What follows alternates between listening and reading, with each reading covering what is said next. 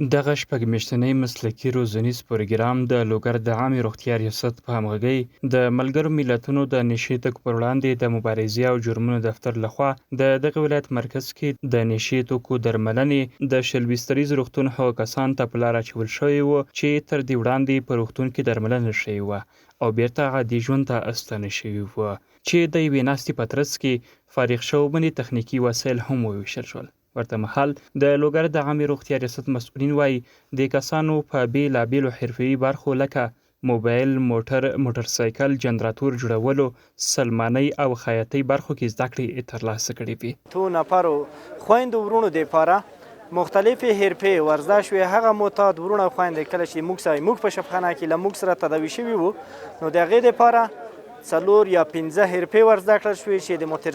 موټر سکیل جوړونه و، موټر سکیل سازي، د موټر جوړونه، تلیفون جوړونه او خیاطي. د حرفو د زده کړو وسایل دوی ته ورکړل شول وروسته له 6 میاشتني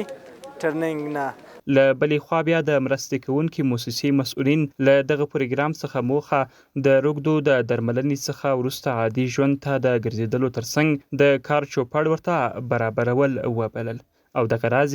د نشې توکو زیانونو او راتلونکو خطرونو په اړه هم معلومات ورکړل. چې هغه کسان چې دلته تداوي شوي دا د دوی د لاس یو ثمره ده چې نن موږ دلته ګورو.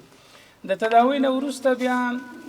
دغه کسان چې تداوي کیږي دوی دې ته اړتیا لري چې په ټولنه کې د دوی سره من حیث د هغه کسانو چې هغه روغ کسان دي